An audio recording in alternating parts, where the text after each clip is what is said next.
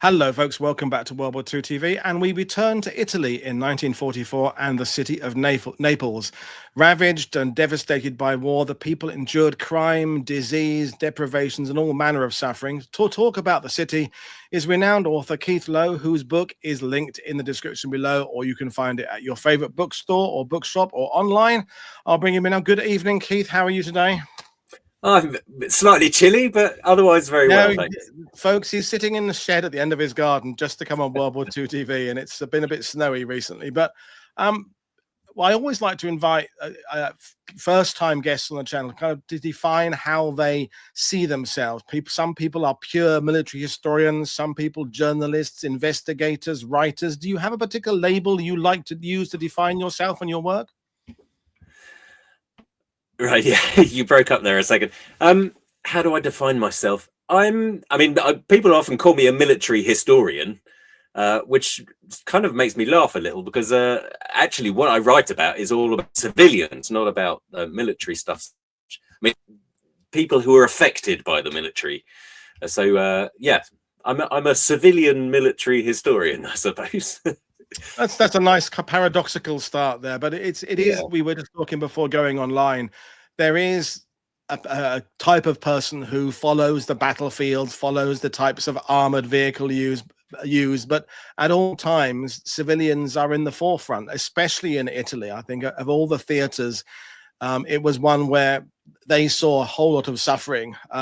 So we'll bring up your PowerPoint, and folks, we'll fire away questions to Keith as we go along. But this is the dark side of Italy and Naples in 1944. So over to you, sir. Right. Okay. Thank you. Well, okay. This is going to be we're going to have a big year next year. 2025 is going to be the 80th anniversary of the end of World War II in Europe. And it's going to be a massive event. There are going to be commemorations in all across Europe and America and so on. And during those commemorations, you're going to see a lot of pictures, a bit like this one. Pictures of liberation, pictures of joy, women falling into Allied soldiers' arms, that kind of thing. And images like that sort of show a kind of a nice Hollywood ending to the war, I suppose. Look at the expressions on these people's faces. They're genuinely full of joy. This is a moment when they're being set free from the sort of horrors of war.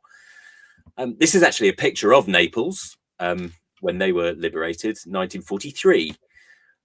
Naples was the first major city on the mainland of Europe to be liberated. So, what happened here was going to be a foretaste of the same things that happened in Amsterdam and Brussels and Paris and so on. And of course, on V-Day, there are going to be scenes like this all across the world. So, next year we're going to be celebrating this particular moment of joy, but it is just a moment. And I want us to remember that because liberation is a kind of process. It's not just a single moment. It's the joy is the first step, but what comes next, of course, is the chaos and the inevitable disappointments and the hard graft to try and get things sort of back to normal again.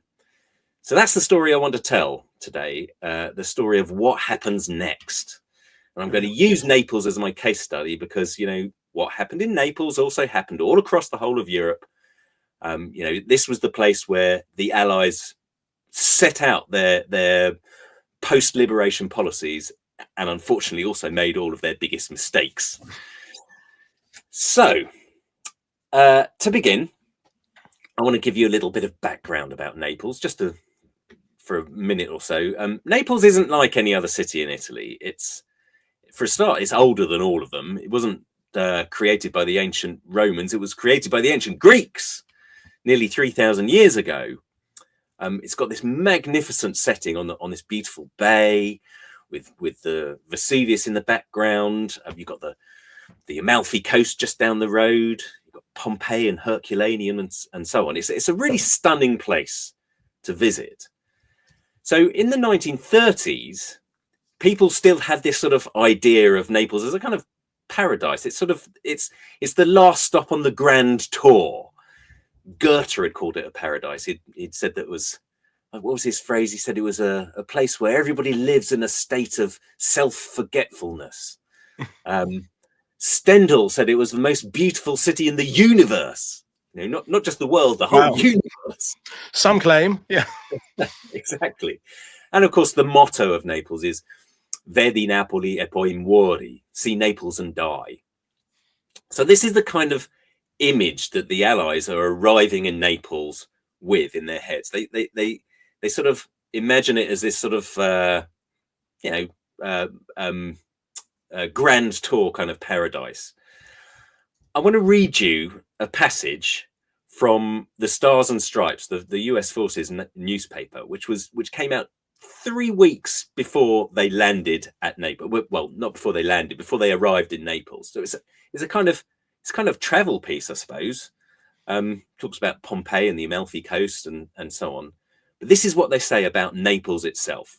I've got there's the article there.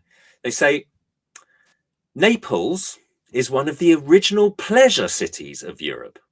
It's not exactly as wide open a town as Las Vegas, Nevada, but the people who live there have the crazy idea that everyone should have a lot of fun out of life. And so they do. They run around the streets singing Santa Lucia and Funiculi Funicular at the drop of a hat or a lira. They go fishing and sailing and drink their vino and leisurely act as tour guides for curious tourists. So you see, this is what Naples is to the Allies. It's a pleasure town. Mm. After all the sort of, the squalor and the fighting and the, army life is not fun a lot of the time. So, but this is a place where they're going to come and they're going to be able to forget themselves and go fishing and get drunk and sing songs. It's a place where all your dreams can come true. Well, what do you think of that? I mean, of course, this is not what they found when they got there. Naples was one of the most bombed cities in Europe at the time. It was certainly the most bombed city in Italy. Since the start of the war, it had been bombed nearly 100 times by the time the Allies got there. I've got a picture here of Santa Chiara Church in Naples. This is the church where St. Thomas Aquinas taught divinity in the 14th century, completely gutted by fire here, by incendiaries. I've got another picture here of, this is a residential area of the town. I mean, it's not as badly damaged as somewhere like Hamburg or Dresden, but you can see it's pretty smashed up. So yeah, it's been bombed nearly 100 times by the time the Allies got there. After the bombing came the Germans. The Germans took over the city in September 1943, at the same time when the Allies were landing just down the coast at Salerno. Yeah. And they systematically destroyed everything before they left. They blew up all the factories, they blew up the telephone exchanges, the power plants, they blew up all the hotels along the seafront. So the seafront looked like this. This is a picture that was taken on 2nd of October, the day after the Allies arrived in the city. And, you can see all of these buildings are pretty smashed up. These were destroyed by the Germans, not by the bombing, by the Allied bombing. So basically, the Germans came in and they had a scorched earth policy. They didn't want to leave anything for the Allies to use when they'd withdrawn. And I mean, you could justify it, I suppose, but they went a lot further than was strictly necessary. They set fire to the university, for example. They put time bombs in the post office. They blew up all the sewers, the water mains, in a deliberate attempt to starve the city of fresh water. So you see, when the Allies arrived, what they're finding is not a paradise, not this sort of wonderful place they've been dreaming of. It's a city in ruins, really.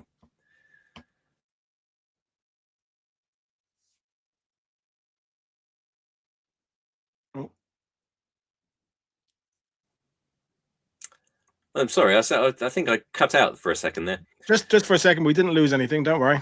Okay, good. Right, well, I'm going to read you another passage now. This is a passage from the first Allied military governor who took control of the city on this day. His name was Colonel Edgar Erskine Hume, and this is what he wrote about what the Allies found when they got to Naples. He wrote, "At the time of our arrival, the city was in darkness. There was no electric power, gas, sewage disposal, means of collecting refuse, facilities to bury the dead, air raid signals, telephones, ambulance service, fire protection, telegraphs, postal service, streetcars, buses, taxis, funiculars, railways, or regular water supply. Police organisation had broken down, and after days of terror, there was almost a state of anarchy. No schools were open. Courts were not functioning. The great port, the second largest in Italy, had been almost wholly destroyed. All banks were closed, and the city's financial system was at a standstill. There was filth in the streets, and all the shops were closed. Food was practically unobtainable, and people were starving. Despair was everywhere." So you see, I mean, that's the picture when the Allies first arrived. There's no paradise here. Yeah, it's a city in ruins. A quick question for you, Keith. I mean, September 43 is obviously the time at a governmental level that the Italians have, they've done the deal with the Allies. They're now on the Allied side as opposed to the Axis side. My assumption is if you're at the bottom end of society, wherever you are in Italy, you haven't really noticed a huge amount of change. It's not changed the food situation. It's not changed the danger of where you are. Is that basically the case, or is there a sense of change in the air? Oh, there's definitely. Well, there's two things that happen. First of all, Mussolini is deposed, and that happens in July. And then there was a sort of idea that things might change a bit, but actually the people who had been fascists were still in control, and there wasn't really any change. So if you're on the bottom end of the bottom rungs of society, nothing changes really. You just carry on as normal. When the Allies land, and there's an armistice now with the Allies officially, there is suddenly this feeling, now something's definitely going to change. People thought the war was over. But then, of course, the Germans take over. They're not going to stand for any of this. And when the Germans take over, there is a massive change because, right, of course, I mean, they're the ones. They've got a sort of feeling of revenge that they want for being betrayed. They see themselves as being betrayed, and it's not the Italians in control anymore. It's a foreign nation that's in control, and they're much more brutal, much more brutal. Thank you. Yes. There's a real change on the 8th of September. Absolutely. So in Naples, basically there's a whole series of crises which happen after the Germans have blown everything up. The Allies arrive. You've got this wonderful moment of liberation, but then the Allies have got to clear up all the mess, and it's disastrous. The first thing that they have to cope with is this water crisis. I've got a picture here of some people who they're gathering water from a burst water main in the street. But as I said earlier, the water mains have been blown up, but so have the sewers.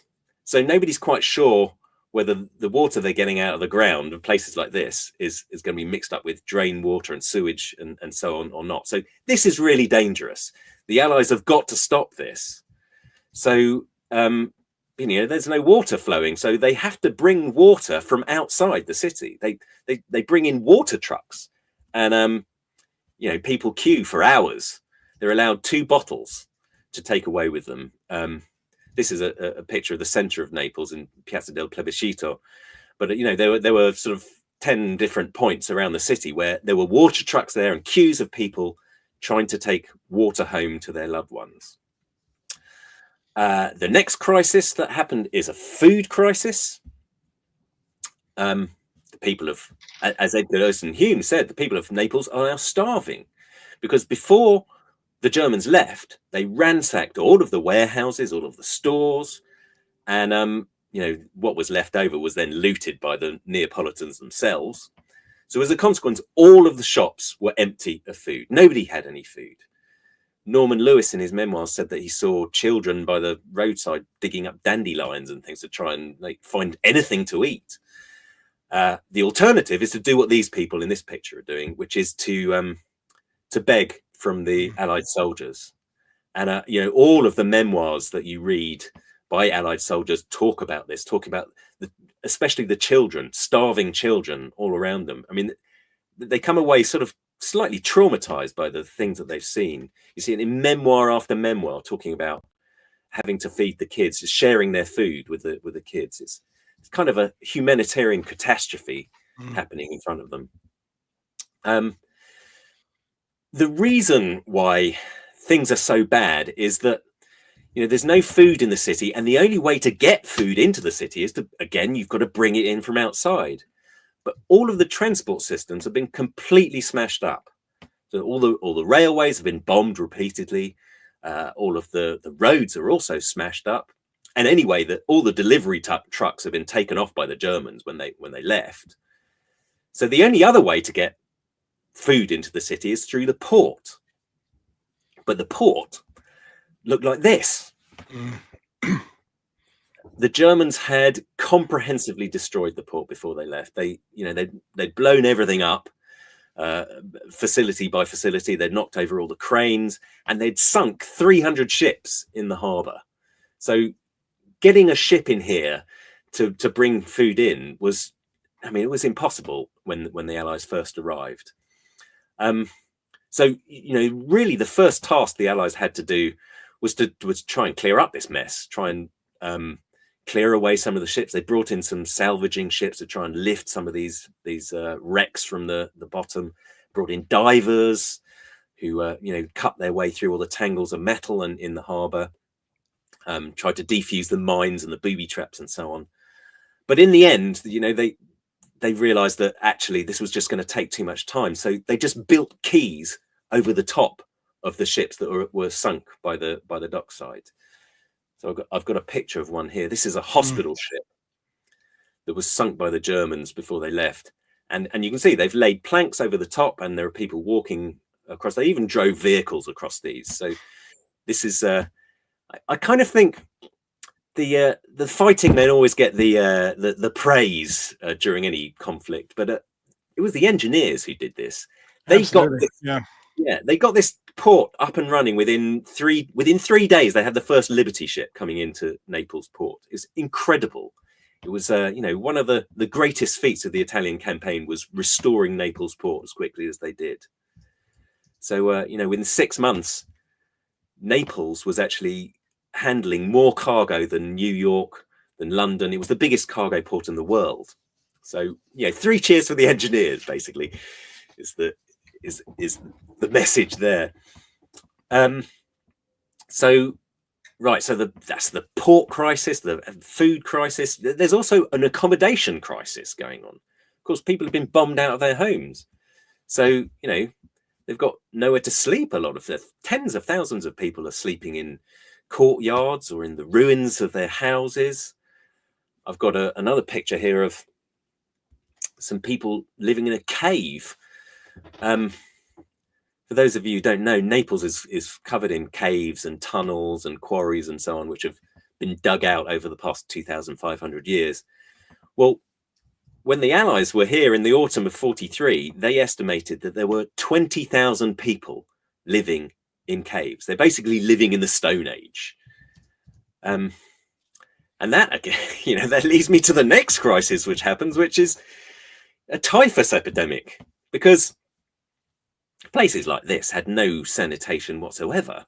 There's no running water. People are crammed together like sardines in a, you know, they're wearing clothes that haven't been washed in months. In situations like this, of course, typhus can spread like wildfire. Typhus is, of course, it's spread by lice, which live in your clothes, and they get passed from one person to another when you're in cramped conditions like this. So in Naples in 1943, in November, there were just a handful of typhus cases in the city, but within a couple of weeks, that had doubled, and then doubled again, and then doubled again. So by Christmas, there was a full-blown epidemic raging through the city. So, you know, once again, the Allies are forced to act. They have to do something about this. They don't want it spreading to their troops.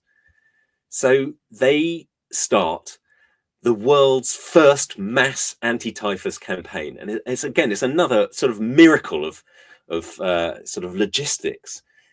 They decided they're going to dust the entire population of Naples with DDT powder. And this is a picture of, they've got these sort of dusting guns. They shove down people's clothes and squirt the dust into sort of DDT powder into people's clothes to kill off all the lice. They did this over a period of 2 months to over 1 million people in and around Naples. This is an incredible thing. I don't have time to go into too much detail about it, but this was an incredible logistical effort, which ended up stopping this outbreak in its tracks, and it became the template for how they would treat civilian populations in every city they liberated after Naples. It became a sort of Europe-wide thing. It's probably the main reason why there wasn't a Europe-wide epidemic after World War II, because of the use of DDT powder. It strikes me, Keith, that in referencing the restoration of the harbour and now the use of DDT, but sometimes I can be a bit cynical. But the motivation of the Allies, is it more for their own benefits? They need a usable harbour, as you said yourself a minute ago. They don't want diseases spreading to their troops. Obviously, it is benefiting the Italian people, but it seems that the priority is their own forces. And when we've done shows on this channel about the Italy campaign, of course, logistics are at a premium, especially when you get into 44, when everything's being pushed up to the UK in advance of Operation Overlord. James Holland talks about Mark Clark effectively fighting with one hand tied behind his back in some of the campaign. With resources at a shortage, is it fair to say that the motivation is somewhat selfish, but it has a benefit to the local populace? Oh no, absolutely. It's looking after the military all the way. I mean, they don't. This is said repeatedly by all the people in the Allied military government in Naples at the time, that their job is not to sort out civilian problems, not to look after the civilians. Their job is to get the war won and to supply the troops at the front. So you're right. Sorting out the harbour was about logistics, about getting stuff to the front. Sorting out the typhus epidemic was about making sure that it didn't spread to the front, to the soldiers. Yeah, I mean, it caused some problems along the way, because it's all very well looking after your soldiers, but you've got to make sure there isn't dissent behind the front. If you've got a hostile population who are beginning to get more and more angry with you, that can cause its own problems. So they did start to sort of do things to try and help the population, just to keep them on side. Basically, they don't want them rebelling. Because living as I do in Normandy, and mostly a Normandy scholar, I can see from my understanding of Normandy how many of these issues they have improved by the time you get to June 1944. As we talk often about the learning curve of ground air support in terms of aviation, but I see a complete revolution of the civil affairs departments from Sicily, Italy through to Normandy and beyond. It's almost a revolution of how they deal with it. And yes, they have more resources going into France than they have going into Italy. But it's fascinating how, as you said at the beginning of this, Italy is the sort of training ground for this large scale dealing with civilian populations. The Allies haven't had to do this yet. The North Africa, there hasn't been any massive great population centers they've taken. Husky and Sicily, yes, to some extent, but not on the scale of Italy. And this is now, it's stretching the Allies tactically and strategically, but it's now stretching them at a fundamental humanitarian level, which is fascinating to watch and in reading your book, of course. Yeah, I mean, absolutely. That they make mistakes here. They Mark Clark, when he arrives, he's telling, he even drops leaflets saying, food is coming, don't worry. And we've got ships coming to bringing shiploads of food for you. So, but then those shiploads don't really turn up for a couple of months. And in fact, even after the first shiploads arrive and bring loads of food, then it just drops off again all the shipments are all coming through for the soldiers and not for the civilians. So people begin to really starve, and they realize that this is a mistake at some point in the beginning of 1944. And so when they come to France, they make sure that they've got a lot more food set aside for civilian purposes, specifically to make sure that to keep them on side and not make the same mistakes that they made in Italy. So you're absolutely right. They are learning slowly. Yeah.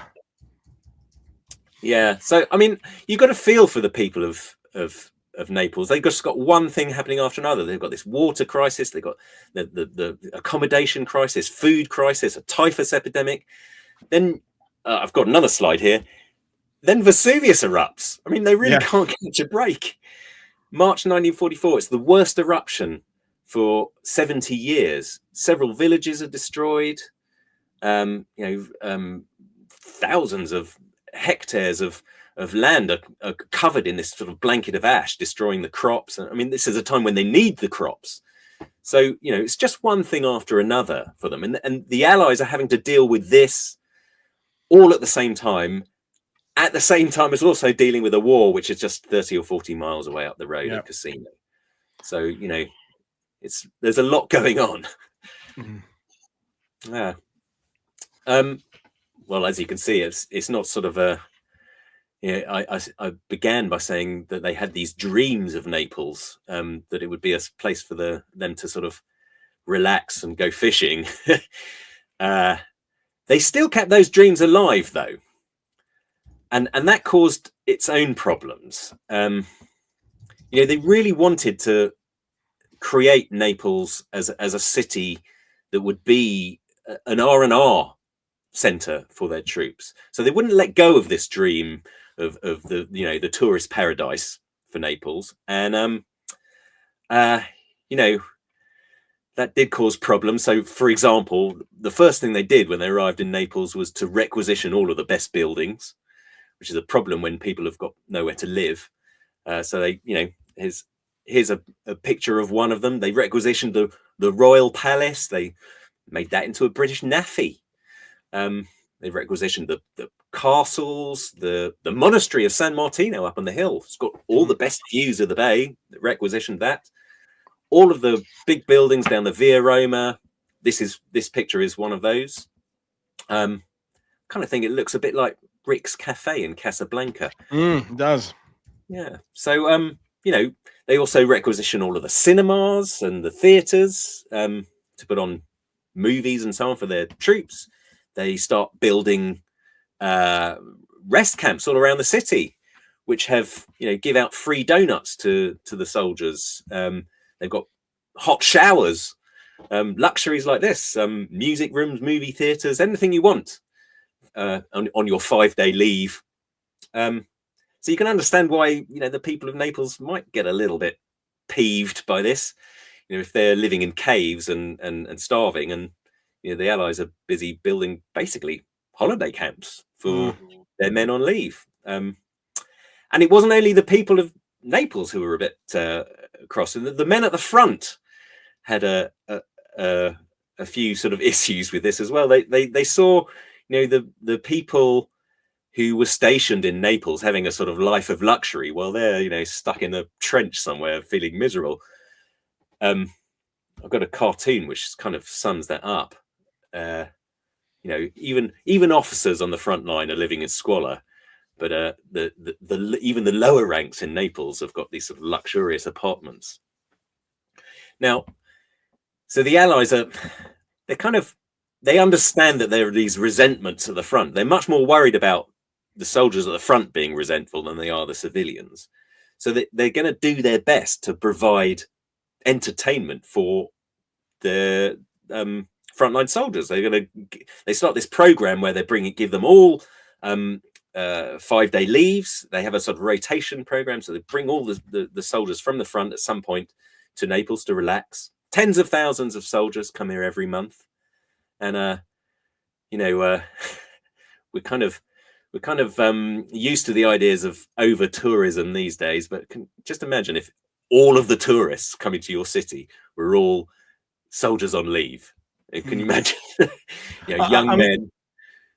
Yeah, no, I'm glad you showed that cartoon, Keith, because when we had Bill Mauldin, the cartoonist biographer, on, I think it was earlier this year, we were talking about the semi-crisis that it was existing in terms of morale at the infantrymen at the front, which Mauldin was picking up on in his cartoons with the 45th Division, and how that, everyone gets involved in that, and it does instigate this, make sure they get leave, make sure they get beer, make sure they get vino, etc., etc., etc. But in that particular show, neither of us sort of ventured into discussing the impact that would have on the civilians who are witnessing this. We kind of addressed it as an insular US Army problem, but like everything, nothing happens in a vacuum. And thank you for reminding me that it then has this knock-on effect of the more you then provide for the troops, the contrast between the haves and the have-nots, because you end up with these two societies existing in the same locations. And I'm already thinking of the Catch-22, both the novel and the film, that kind of separates those two worlds that are inhabiting, the GIs for whom everything is possible, and the people, the civilians, for whom very little is possible. Yeah, absolutely, and this had a big effect on the relationship between the two. I mean, there was a lot of resentment. I mean, Bill Mauldin, he said in his memoirs that the average GI on leave had two things on their mind. They wanted to get drunk, and they wanted to get laid. Yeah. So, and I've got, here's a picture of, this is the first of them. Getting drunk, by all accounts, wasn't really a problem if you were an Allied soldier. They drank the city dry in the first 3 weeks that they were in Naples. But that didn't end up being a problem because, of course, the very sort of enterprising Neapolitans just got a whole load of aviation fuel or industrial alcohol, mixed it up with a bit of water and some fruit juice, and called it cherry brandy. So these are the sort of concoctions that people were drinking when they were on leave. So unsurprisingly, Allied soldiers got a very sort of bad reputation of being, publicly drunk all the time. I spent a couple of weeks going through Neapolitan police reports at the time, and they're full of stories of soldiers staggering around and sort of falling in front of trucks and falling in the harbour.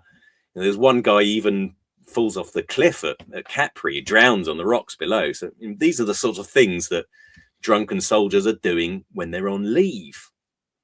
So they don't have a good reputation amongst the Neapolitans, that's for sure.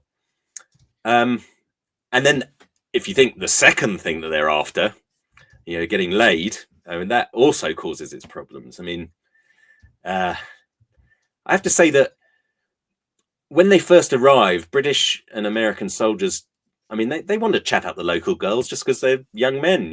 That's how they are. But they don't really know how to go about it. First of all, they don't speak the language. Secondly, quite often the women are chaperoned. They've got families all around them and so on. So it's a bit difficult to chat up the local girls, but that doesn't stop them from trying. And I've got a picture here of some British soldiers with some local girls, perfectly innocent sort of flirtations and so on.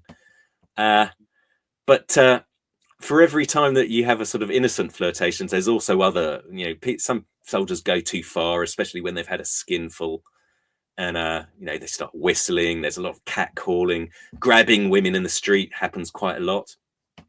Again, I went through a lot of the police reports, which there's loads of stories of Allied soldiers banging on people's doors and demanding sex from the whatever woman answers. People breaking into people's houses and having to be fought off by the father of the house. There's lots of that. There was one intelligence report that I read, which told the story of an Italian couple. They're just going out in the evening. They're going for a passeggiata together, and this bunch of soldiers come and just grab the woman and start to try and drag her away. And the sort of local Italians, there's a whole crowd of them, have to gather around to try and fight off these delinquent soldiers. So there's lots of that sort of thing going on. Obviously, it's not every American or British soldier, but enough of them are doing it to give the rest of them a pretty bad name. I want to get on a little bit to Allied spending, because as you said, you know, the haves and the have-nots, the Allies have got money and the local people don't, and that has it has quite a major effect on the economy of Naples. The Allies spent money like water when they arrived. You got you know, imagine all these soldiers, they've been at the front line for months on end, they've got months of back pay saved up, and then suddenly they get a 5-day leave in Naples. They've got 5 days to spend it all, and so they do. They, you know, they go out, they splash out on getting their shoes shined, for example, or they you know, go get a shave, they go to a barber, they buy souvenirs, they go to restaurants and buy food. You know, food is at a premium, and here are the Allies at a restaurant spending loads of money on food. So there's nothing wrong with this, it's just normal human nature, but it does have a major effect on the Neapolitan economy. After the Allies arrived, so much money entered the city that prices started to go through the roof. So a bottle of wine, for example, when they first arrived there, it cost 4 lira for a bottle of wine. Within 2 months, it was 45 lira. Good grief. So, yeah. I've got a graph here. I mean, you'll see the price of food also skyrockets after the Allies arrived. The official price of a loaf of bread in June 1944 was just under 4 lira. But if you bought it on the black market, it cost 160 lira. So that's 40 times the official price. And this isn't a problem if you're an Allied soldier, but it is a problem if you're Italian. And for context, an average sort of unskilled labourer in Naples in June 1944 earned about 50 lira a day. So a single loaf of bread on the black market is going to cost him more than 3 days' wages. It's just not sustainable. You can't live like that for any period of time.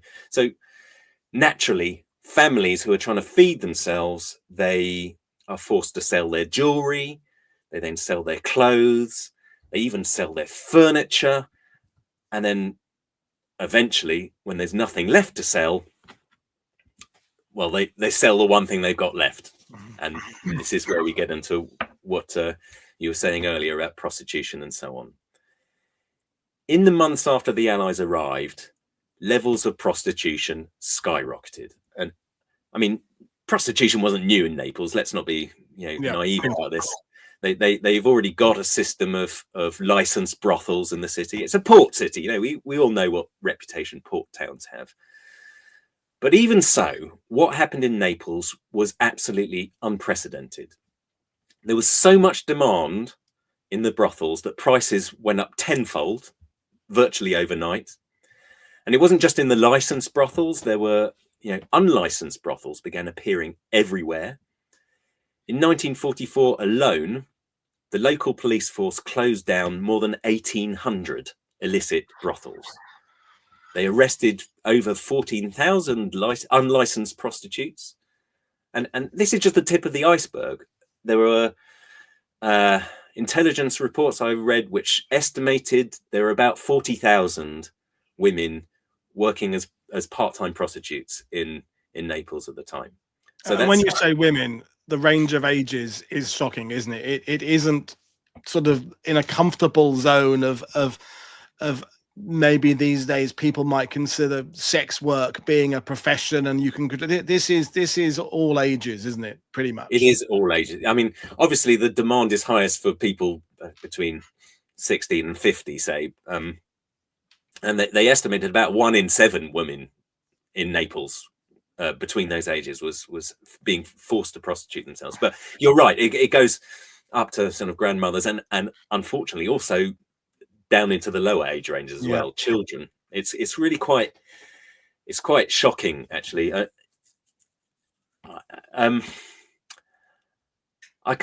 It's amazing what you can find if you dig around in archives long enough. And I did come across some quite disgusting stories. People quite happy to share them as well. They're not sort of worried about posterity or how they might be judged.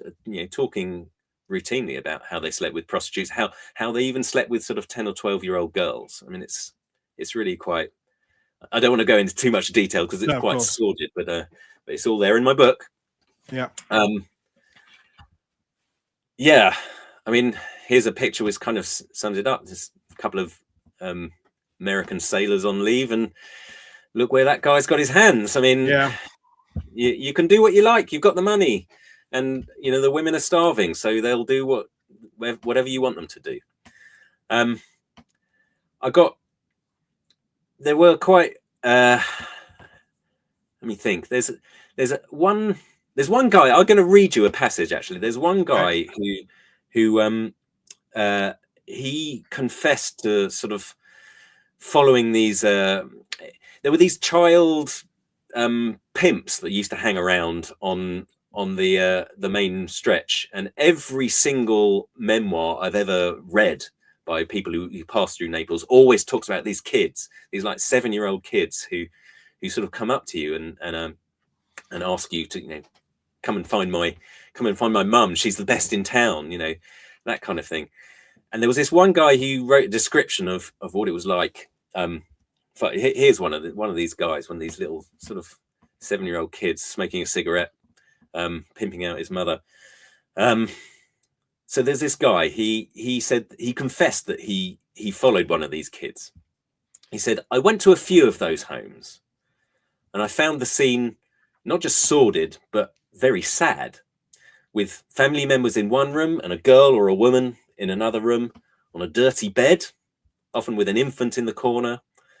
A couple of times I followed a scugnizzo up the stairs. Scugnizzo is a name for one of these little kids. Entered a dingy apartment with erotic anticipation, but I was never able to proceed. The squalid environment and the obvious sadness of the woman was just not conducive to pleasure. So that was his description. I have to say there were other Allied servicemen who were not quite so picky. And it's a good time to ask you. A few of the viewers were asking about the reaction of Italian American soldiers, because in ETO 30% is of German extraction. There's sort of 10 to 15% Italian extraction. Are they seeing the situation with a more sympathetic eye? Are they kind of keeping out of the way? Is there anything particular that differentiates the Italian American experience with the rest of the American experience? Oh yes, it's very different if you're Italian American. For a start, you can speak the language. A lot of the people arrived, and it was sort of like they might have been born in America, but they spoke Italian and they had family there. Maybe not particularly in Naples. There are some people in the book who talk about meeting up with family in Naples. It was like a sort of homecoming. There was celebrating. And they've got access to all kinds of things that normal soldiers don't. So, they'll hang around with local girls and be, go out on dates with them. And there was one particular guy who said, the first thing that all his cousins all said to him is, just don't sleep with any of the women here. Everybody's got VD. Just steer clear of of anybody. And because VD was a massive problem. Yeah. There was no penicillin. Well, they had penicillin just about coming in for the soldiers, but not for the locals. So they set up all these sort of, they were called prophylactic stations, where you go and sleep with a prostitute, and then you've got to go and clean yourself up to try and stop yourself from getting VD. And if you've seen the combat film, you're put off procreation for the rest of your life. You wouldn't. They have these sort of pipes of disinfectant, and where they stick the pipes, you don't want to know. And it's just if you haven't seen that, folks, it's online on YouTube. You can find that. They're not watch it kind of through a crack in your fingers. It's not good. But it was an epidemic. We're moving into 44, which is the era of highest numbers of desertion of the Allied army, highest number of crime, etc., etc. It all kind of builds to a head. It's interesting that the weather was turning sour in 44, but I think the mood of everybody was turning sour, both liberator and liberated. It was just a kind of a low point for everybody morale wise, I think. Yeah.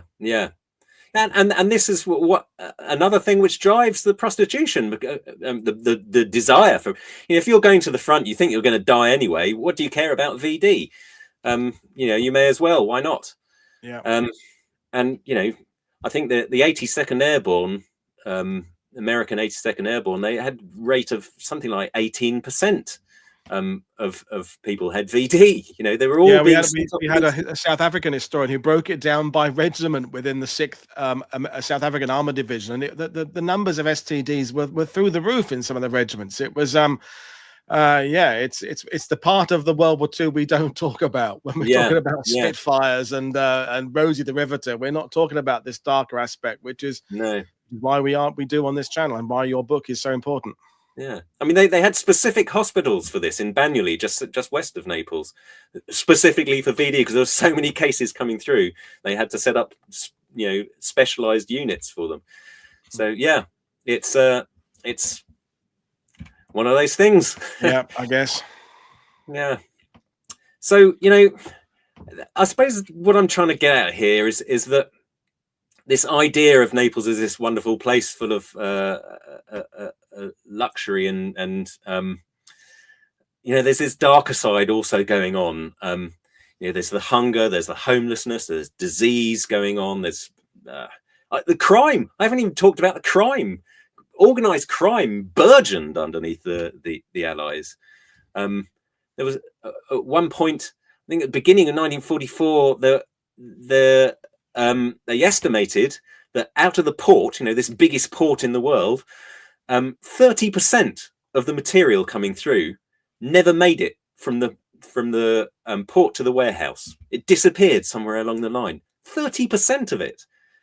So all this was ending up on the black market. It was run, first of all, the Allies themselves, Allied truck drivers, would throw things off the back, but also locals would jump on the back of the lorries and throw things off to their friends. Whole convoys disappeared. And that's not just down to individual truck drivers or whatever. This is organized. So there's all that going on as well. And is it fair to say that this is coinciding with a real rise to prominence of organized crime in Italy, and of course coming out of Sicily specifically? Because they were talking in the sidebar about Rob Crane was saying about the mafia was being very much repressed by Mussolini, but of course when you get to 43, 44, the Allies are even using Lucky Luciano back in prison. So this is a period where they're not being quite as closely monitored as they had been, and in a weird way, sometimes it's organized crime gets things organized faster than albeit for profit making. I mean that was the theory. The theory. I mean there are a lot of myths about this. I mean there's myths at every turn. So this idea that Mussolini was there suppressing the mafia, actually the mafia and the Camorra in Naples were suppressed before Mussolini turned up. It was done by the liberals at the beginning of the century, and people fled then and fled to America, where they set up crime syndicates in America. And it was the Allies that brought back all these Italian Americans, and some of them were dodgy. And so in Sicily there was the mafia was quite. There were a few places where they reinstated mafia figures that they knew were mafia figures as mayors. In Naples, that didn't really happen. Right. Okay. There were one or two mafia figures, not Camorra. There was the mafia that took over Naples and was in control of Naples mostly all the way up until the 60s before the Camorra started reasserting itself. But during 44, not so much. There were a few instances. It was really after the war that they started to take control of the city. And while we're talking about organizations getting involved, Ian Carr asked about whether the Catholic Church gets involved as well in this. And we had a question about the Red Cross, because in times of trouble. So everybody kind of is drawn to a place like this. So the Catholic Church had kind of been in a tricky situation during the earlier part of the war. Are they getting involved in a kind of humanitarian way? And the Red Cross obviously have access to some extent everywhere. Are these organizations important in Naples at this time? Oh, yeah, absolutely. I mean, a lot of the Allied military government want to do things through the church. They put a lot of their aid efforts through the Catholic Church, which annoys quite a lot of people in the city, actually, because there's Catholics and there's Catholics. Some of them are deeply involved with the fascists, and they're very conservative and want to do things their own way. And they look after their own. They won't look after, communists and so on. So, communists can starve just as much as a Catholic can. But so, there was a big sort of rivalry then between the church and political groups, which comes to a head in 44, 45, when the political parties are starting to re-establish themselves in Italy. All of the Catholic Church are all behind the Christian Democrats parties, of course, and then you've got the communists who are completely anti-church, and they start sort of this terrible rivalry which lasts all the way through to the 1980s, I suppose. So yes, the church are involved for good and for bad, mostly for good, I think. But yes, they're an integral part, and the Allies use them. They put a lot of their efforts through the church, certainly. Thank you. So I mean, I suppose I just want to spend a couple of minutes just looking at the bigger picture now, because Naples was just one city on a whole continent that was liberated at various stages through 44 and 45. But as the first place to be liberated, it's also the canary in the coal mine. So everything that happens in Naples is also going to happen to a greater or lesser extent in other parts of Europe. So, Naples had been smashed up. So had Marseille. So was Caen. So were Amsterdam, wherever. If there was an accommodation crisis here, well, it's going to be much worse when they get to Germany. Yeah. Where people really are bombed out in a massive way. And then there's the food crisis. I mean, we talked about it earlier. The Allies never completely get to grips with getting enough food for people to survive on. They learn some of the lessons, but they still don't quite get enough food for people to live on. I've got a table here which kind of shows you what I mean. According to the theories of the time, an ordinary person needs about 2,500 calories to survive every day. But you can see here, so France, for example, the official rations that are coming to people, there's only 1,000 calories. And just like in Naples, you're expected to get the rest of your calories by buying stuff off the black market. In Vienna, the official ration is just 800 calories. In Hungary, it's less than 600 calories. So, without those official rations and with the sort of prices that you're going to have to pay on the black market, there is malnutrition everywhere in Europe after the war. So this is a picture from Naples of a boy in 1944 going through the trash looking for food to eat. You get exactly the same thing 2 years later. This is in 1946 in Vienna, a man doing exactly the same thing. The whole of Europe was hungry after World War II.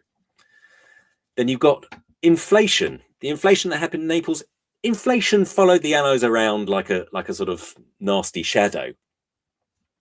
I've got another table here. I actually wanted to create a graph of this, but you can't create a graph. I'd need a screen 50 feet high to show the difference here between the reasonable rate of inflation in Britain over that 10 years from 37 to 47, just 32%. In France, it's 1,100%. In Poland, 15,000%. And you've even got cases of hyperinflation happening. So in Hungary, in 1946, the price of a loaf of bread rose from 6 pengos to 6 billion pengos in just a matter of months. So, you know, you can't, this is not something that you can live with. Money becomes pointless. Yep. So just as in Naples, people stop using money. They use other forms. They use barter instead. They use cigarettes as a form of transaction.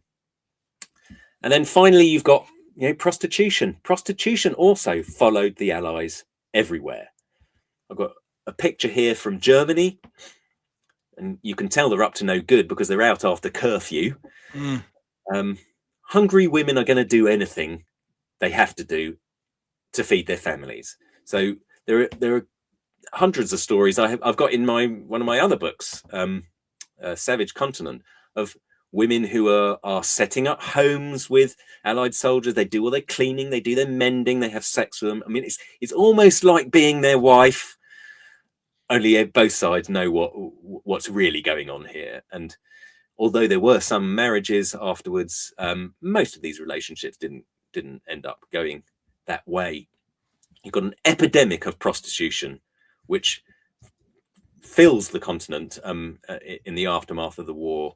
And as we said earlier, you know, these are not all women of like marriageable age. You've also got, you know, there were cases in Greece of children with VD of just 10 years old. In Hungary as well, 13-year-old kids admitted to hospital with VD. So I just want to highlight the fact that, you know, these are the hidden costs of war.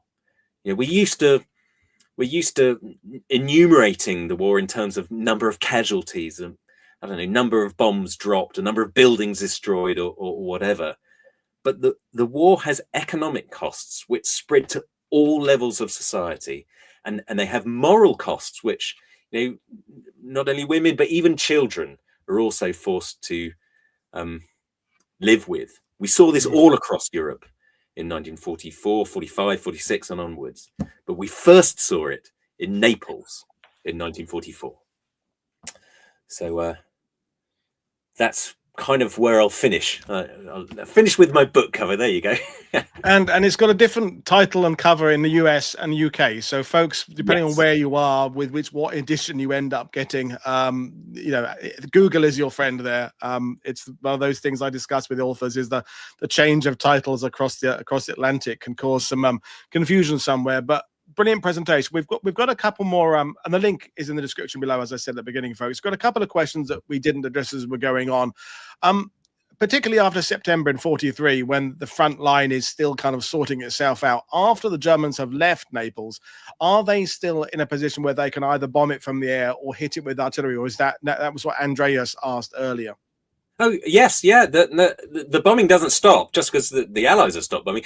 I mean, the German bombardments are not nearly as powerful and big. They've got smaller planes, smaller payloads, and also not so many of them. But yeah, they carry on bombing Naples. There are at least 4 major raids afterwards, and regular. You know, the air raid sirens go off sort of every couple of days. So people are still having to run to the shelters to hide. All of the memoirs all talk about the hassle of having to get up and leave. It was usually about sort of 5 o'clock in the afternoon. They'd have to rush off, go to the air raid shelters, which, let's remember, are full of people with sort of typhus and stuff, and then leave again. So yeah, that carried on going. Okay, thanks for that. And I'm thinking about when we were earlier in the year, we were talking about the Salerno campaign, and then we got into Monte Cassino and the various lines the Germans put up and the logistics problems. Is that the people in Naples at the time of September who were not connected with the military, so just locals there, and would they have thought that the front line would have moved on sooner than it did? Because, you know, the fact is, when you look at the map, things really haven't moved very much from September through to about March next year. It's 6 months of not very much. And then the Cassino campaign goes. Whereas when we look back at Sicily, it had been a reasonably swift campaign. So if you were there, when the situation was terrible with the food and and water and typhus, all these things that you so brilliantly shared with us, was there an expectation that it wouldn't be it would be over fairly quickly. Don't worry, the Allies will be moving off soon. And then, of course, it doesn't. Was that something that it just surprised people how long it lasted? Yeah, well, and it sort of had kind of tragic consequences. I mean, you got the armistice on the 8th of September, and then everyone sort of celebrates. And the people of Naples, the army hierarchy are terrible. The top brass are really dishonor themselves. They kind of side with the Germans. They prevaricate. They don't really know what they're doing, and it's left to the lower ranks to stand up against the Germans, and they do. They ignore orders from the generals, and they rise up in Naples, thinking that the Allies are going to be there any minute. But it takes the Allies 3 weeks to get to Naples. So that uprising, the initial uprising, gets put down quite brutally, and there's all kinds of massacres that happen in Naples, sort of mid-September, which again I cover in the book. Then towards the end of September, when the Allies are nearing Naples, there's another full-blown uprising. It's called the 4 Days of Naples. It's like it's a really heroic thing. It's not just soldiers, it's everybody, women, children. They build barricades in the streets, they pile sort of furniture and tip over trams and stuff, and women are there. There's a famous woman, Maddalena Cerasuolo. She's there with a gun. She's got a bridge named after her in Naples now. She's there with a gun, fighting off the Germans. You've got these kids throwing petrol bombs at tanks, who are then awarded medals after the war, even though they're killed in the process. So there's this sort of tragedy of thinking that the Allies are going to be there any minute, and having to pay the price for when they don't get there. Then after Naples is liberated, then they think, okay, now it's done. They'll fight their way up the peninsula. But Naples is Italy is a country of mountains and loads of rivers going down to the sea. So every sort of 20 miles, you've got to cross another river, which in the winter of 44, they were all in flood. Yeah. And you've got another mountain peak to climb. And the next one's always bigger than the last. So, yeah, it's very slow moving over the next few months. Well, this is what Scott Grimwood, one of our regular viewers, is saying. It sounds like the Allies should have stayed out of Italy. Misery for both the troops and the civilians. And that's the bigger question, really, when we talk about Mark Clark's obsession with Rome, the problem with the crossing of the rivers, as you mentioned there. We've covered all that. There is this ongoing debate: is that did the Allies really need to stay there at all? I mean, yes, that they helped move eventually up over the Alps into Austria, and that units did participate in that eventual closing of the ring around Berlin and the final kind of last throes of the Third Reich. But the human cost in Italy, both to the Allies who are liberating it and the civilians who were there, are staggering. And I think the obsession with Monte Cassino as a strategic and tactical kind of turning point in the middle has meant that Naples and some of these other areas have been bypassed, both literally and figuratively in terms of history. So thanks for shedding light on that. And you must have gone through the process yourself of thinking, why the hell were we here? Do you have a conclusion? Do you think the Allies should have, all being said, and I know this is sort of a big $1 million question, but do you think the Italian campaign was worth it? You said at the beginning you're a civilian military historian, so do you have an opinion? Well, look, if you're a civilian in Italy, then no, it's absolute disaster. I mean, it destroyed the whole area between Naples and Rome. All of those villages are all just completely obliterated. My sister lives in one of them now. It's been rebuilt now, but they were all completely destroyed.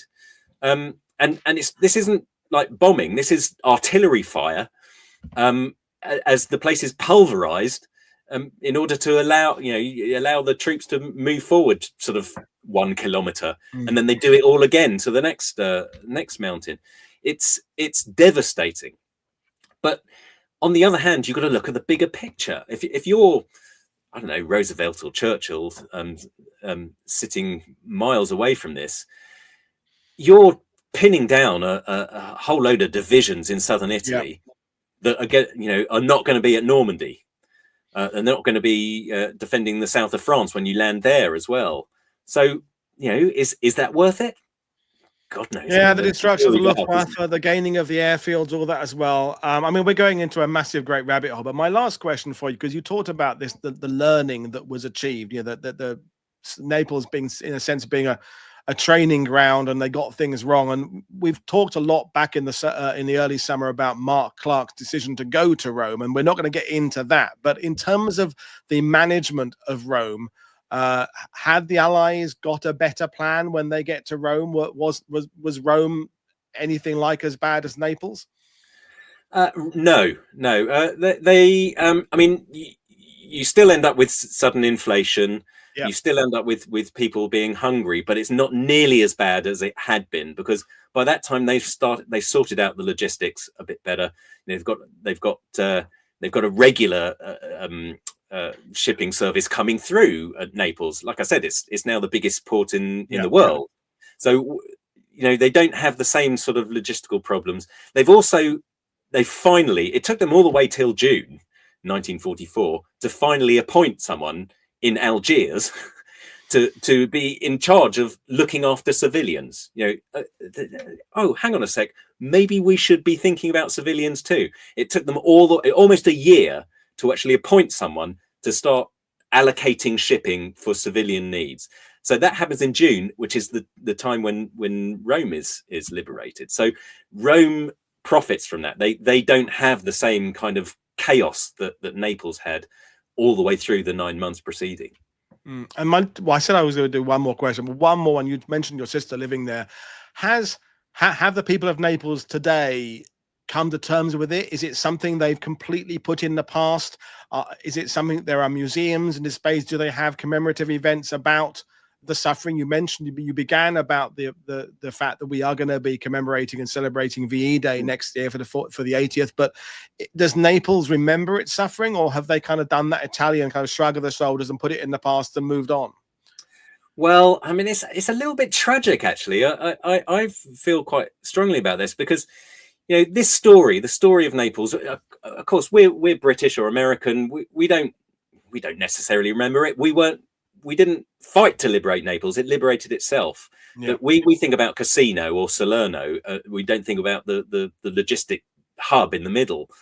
But, for Neapolitans, this was a huge thing. They rose up as one and kicked out the German army before the Allies got there. And yet there isn't a museum devoted to this in Naples. Wow. If you were in Milan or Turin, there would be a museum to this. The Italian memory of the resistance in World War II, they always think of the partisans up in the Alps or in the Apennines, up in the north. They forget that the same thing happened. A whole city in 1943. It was the first city to rise up against the Germans anywhere in Europe, apart from there were one or two ghetto uprisings in Poland. But other than that, Naples is the first one, and it's forgotten. It's forgotten in Italy, and it's even not really remembered properly in Naples itself. It's really sad, I think.